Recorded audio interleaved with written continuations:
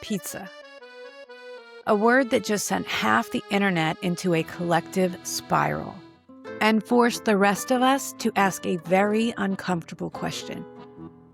What do we do when the truth finally shows up? And are we actually ready for it? Welcome to Sassy Politics. I'm Christi Chanelle, and this is Sassy Politics.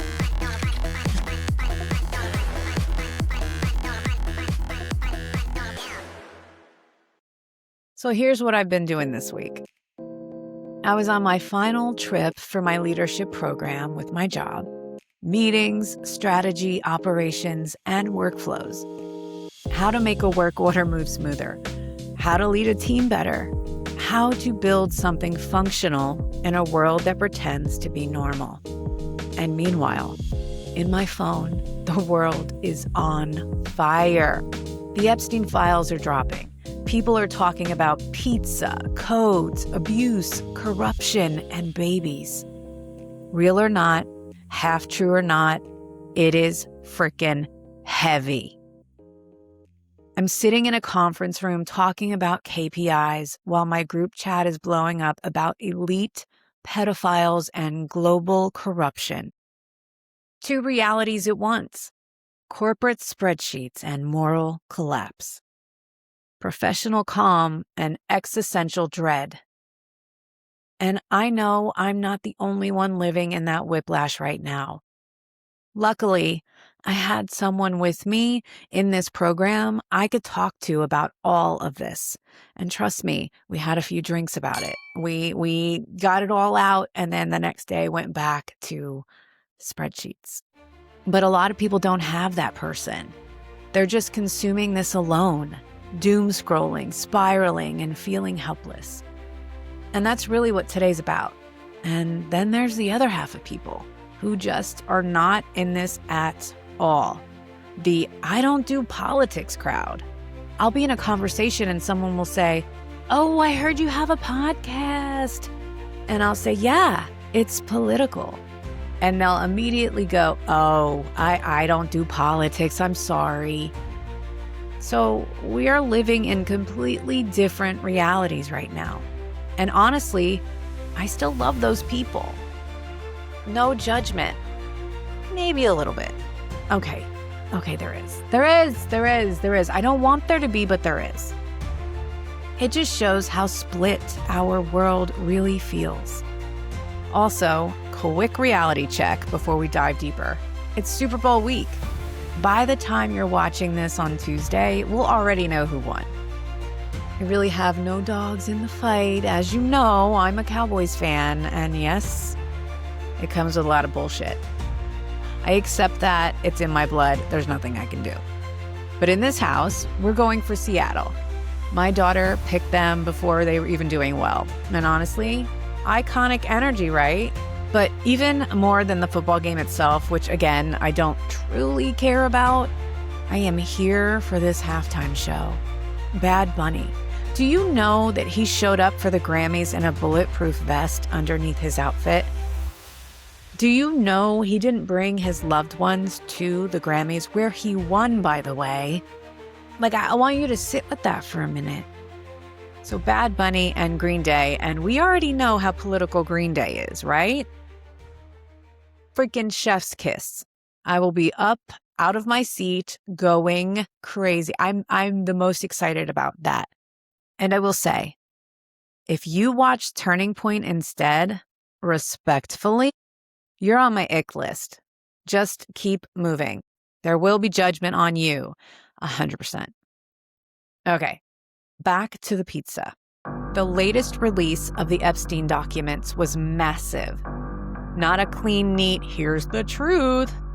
No, it was millions of pages of raw investigative material.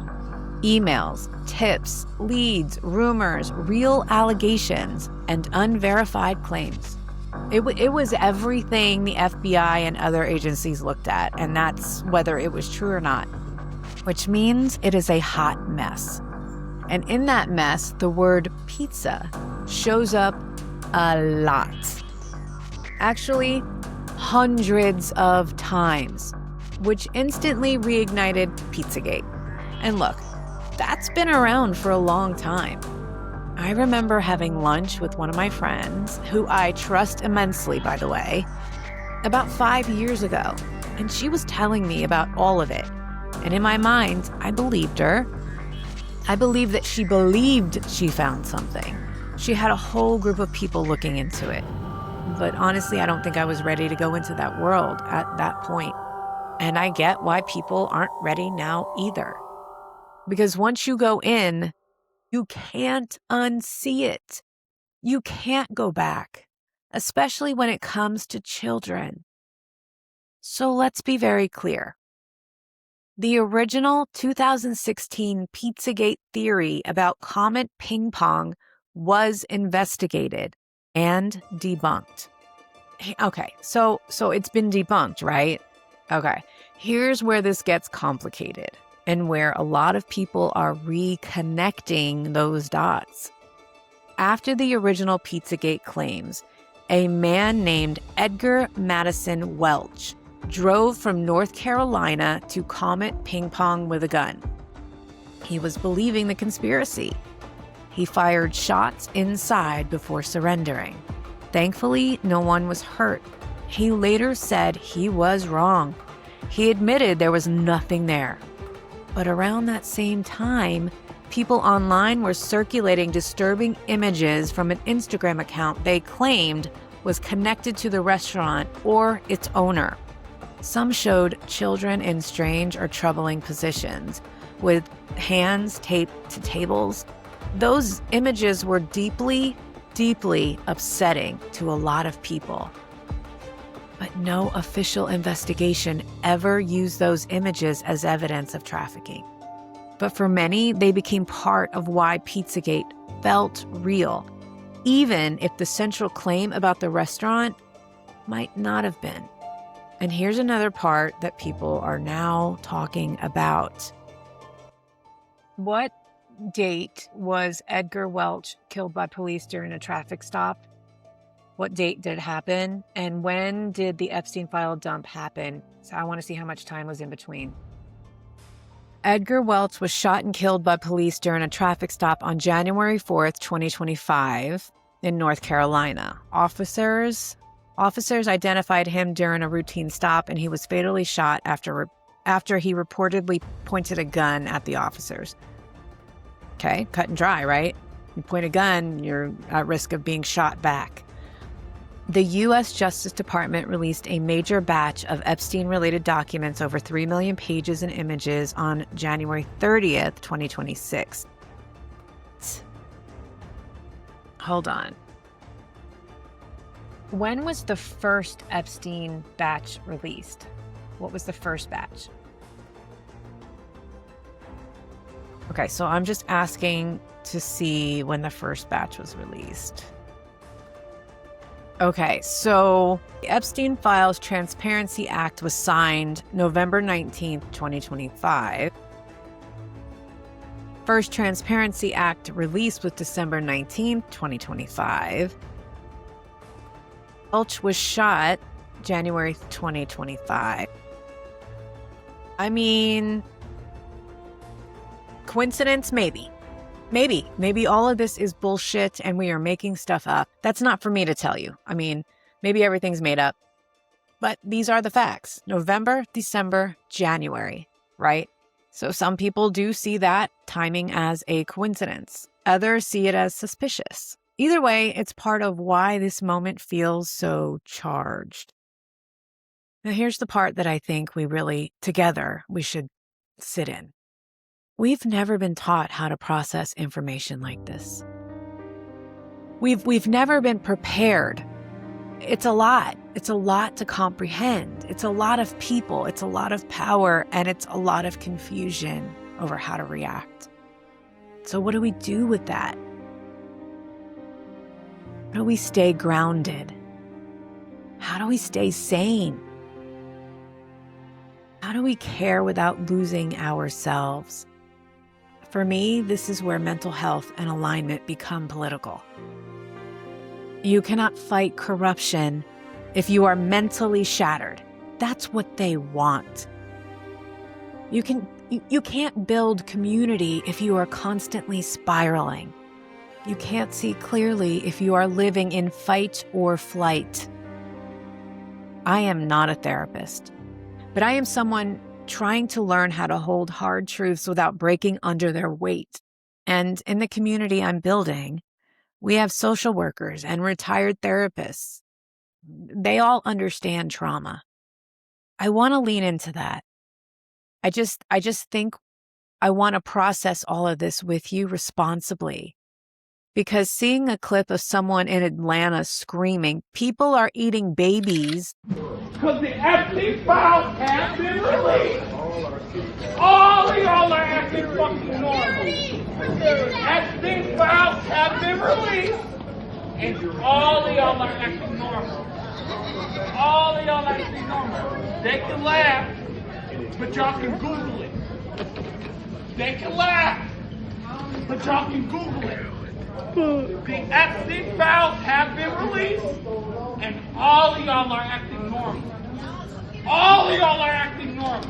They're really All of y'all are constipated. acting normal. They might not lost their goddamn mind. Fucking airport is acting normal.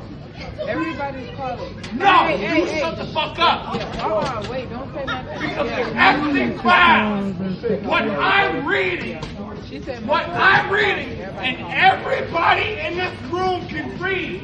If you go to Google right now, everybody.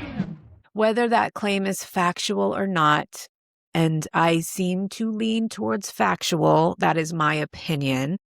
The fact is that people are that emotionally unhinged. The fact that people are screaming in public airports, and ironically, it was Atlanta, which ironically, I was also in. I was just in a different terminal, right? Coincidence, absolutely, but jarring nonetheless. People are that emotionally unhinged, and that should tell you that this moment is affecting us in such a way that nobody truly understands how to move through it. If you take one thing from today, let it be this. Do not assume everything in those files is true. I got caught up in this picture of 2 frozen chickens and then a baby's leg and foot in the center. Everything else was redacted in the middle. I got caught up in that picture and absolutely spiraled because of it. Right now, we have absolutely no proof it was real. Was it in the files? Yes. But was it something that was sent to the FBI and they were investigating, so they just released it in this pile? Most people think that's the case. Again, we don't have any proof of that picture. So we really should go through the things and decide what is factually true, and we can follow the trail back, and what might not be. I think that may help in deciding what we absorb and react to versus what we kind of push out as a maybe but not a fact. I hope that makes sense. I know that picture really screwed with my mind. Do not assume everything in those files is true. I'm going to say that one more time. Do not assume everything in those files is true. But do not assume everything is false either. Sit in the uncomfortable middle. Ask questions. Check sources. Talk to people you trust. Take breaks from the news. Protect your nervous system. We need you in this fight with us. You are allowed to care about children and justice without drowning in the panic. They want you to drown in the panic. I want to be your floaty. I want to help you make it through it. I need you to be my floaty. So this is what I want you to leave with, okay? Something real. Something you can hold on to. Right now, the world feels dark, confusing, chaotic, And a lot of us feel small in it. Like, what difference do we make? How can we even move forward? But you are not powerless. Your voice matters. Your clarity matters. Your community matters. If you are overwhelmed, reach out to a safe person tonight. Just one. Text them, call them, or just sit with them. Go have a drink. You do not have to carry this alone. If you are spiraling, step away from your phone for an hour. Drink some water, take a breath, ground yourself in something simple and human. Take a walk, go in the backyard, take your shoes off, and touch some grass. There has been some known things from doing that. And I want you to remember this. Truth may be messy, but we are still capable of building something better together. United. Because honestly, that's where our strength is. Our strength is in each other. Our strength is in our community. Our strength is in our connection. Don't isolate yourself. We can care deeply without breaking.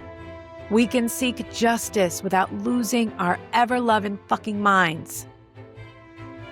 We can walk through this moment side by side. I know it sounds hokey and ridiculous, but I know that the moments that I have actually felt better, it's been because I have shared my grief, my hurt, my craziness with someone else. You are not alone. I promise you, you are not alone. And that matters. I will see you next Tuesday. Okay?